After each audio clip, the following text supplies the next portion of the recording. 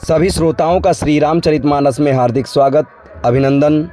आज श्री रामचरितमानस के बालकांड के दोहा नंबर 99 और 100 का अर्थ आप सभी के सामने प्रस्तुत है। पढ़ते हैं दोहे की तरफ।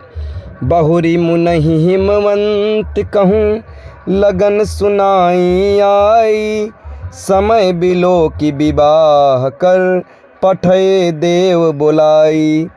फिर मुनियों ने लौटकर हिमवान को लगन सुनाई और विवाह का समय देखकर देवताओं को बुला भेजा। बोली सकल सुर सादर लीन्हे, सबहि जथोचित आसन दीन्हे। बेदी वेद विधान संवारी, सुभग सुमंगल गावहि नारी।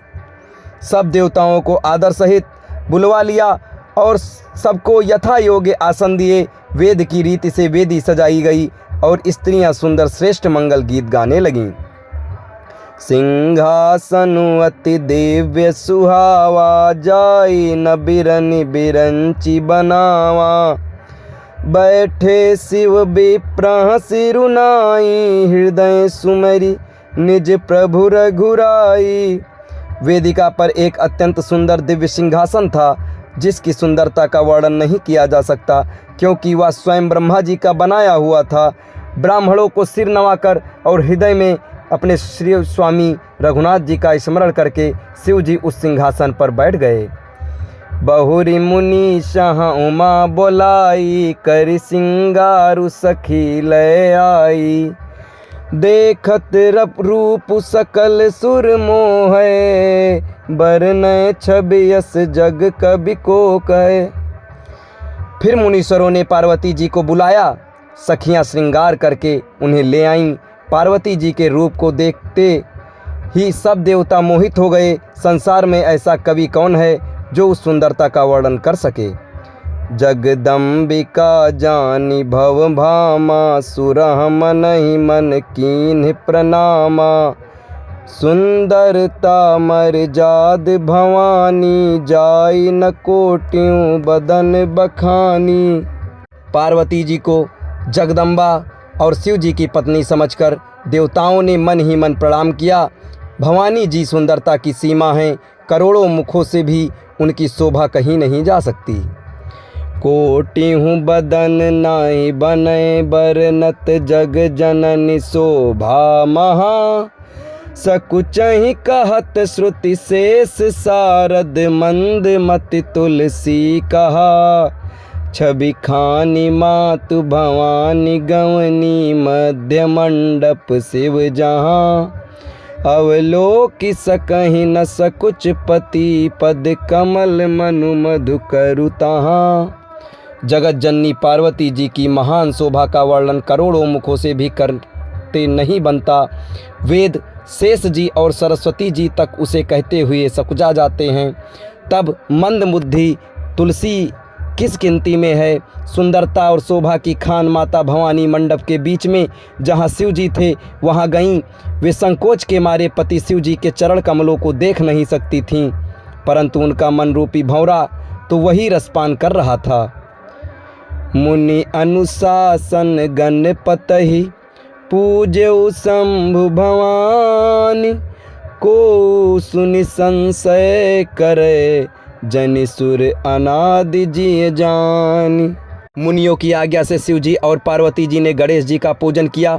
मन में देवताओं को अनादि समझकर कोई इस बात को सुनकर शंका न करे कि गणेश जी तो शिव पार्वती की संतान हैं, अभी विवाह से पूर्व ही वे कहाँ से आ गए। जसि विवाह कै विधि श्रुति गाई, महामुनहि सो सब करवाई। गहि गिरीश कुश कन्या पानी, भवई समर्पी जानी भवानी। वेदों में विवाह की जैसी रीति कही गई है, महामुनियों ने वह सभी रीति करवाई। पर्वतराज हिमांचल ने हाथ में कुश लेकर तथा कन्या का हाथ पकड़कर उन्हें भवानी शिव पत्नी जानकर शिव जी को समर्पण कर दिया। पानी ग्रहण जब कीन महेशा, हिय हर से तब सकल सुरेशा।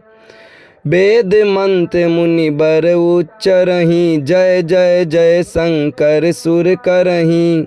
जब महेश्वर शिव जी ने पार्वती का पाणी ग्रहण किया तब इंद्रादि सब देवता हृदय में बड़े ही हर्षित हुए।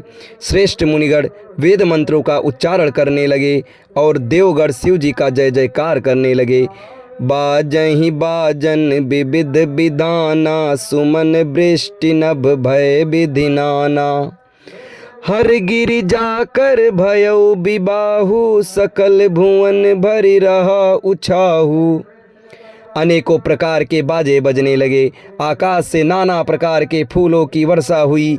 शिव पार्वती का विवाह हो गया, सारे ब्रह्मांड में आनंद भर गया। दासी दास तुरग रथ नागा, धेनु बसन मनि वस्तु विभागा। अन्न कनक भाजन भरि जाना, दाइज दीन न जाई बखाना। दासी दास, रथ, घोड़े, हाथी, गायें, वस्त्र और मणि आदि अनेक प्रकार की चीज़ें, अन्न तथा सोने के बर्तन गाड़ियों में लदवा कर दहेज में दिए, जिनका वर्णन नहीं हो सकता। दाइज दियो बहु भांति पुनि कर, जोर हिम भूधर कहो। का देऊ पूरन काम शंकर, चरण पंकज गहि रहो। शिव कृपा सागर ससुर कर, संतोष सब बातै कयो। पुनि गहे बद पाथोज, मैना प्रेम परिपूरन हियो। बहुत प्रकार का दहेज देकर फिर हाथ जोड़कर हिमांचल ने कहा, हे शंकर, आप पूर्ण काम हैं, मैं आपको क्या दे सकता हूँ। इतना कहकर वे शिव जी के चरण कमल पकड़ कर रह गए। तब कृपा के सागर शिव ने अपने ससुर का सभी प्रकार से समाधान किया। फिर प्रेम से परिपूर्ण हृदय मैना जी ने शिव जी के चरण कमल पकड़े और कहा। अब क्या कहा ये आपको अगले वीडियो में अगले दोहे के अर्थ में बताया जाएगा। तब तक हमारे साथ बने रहें। धन्यवाद।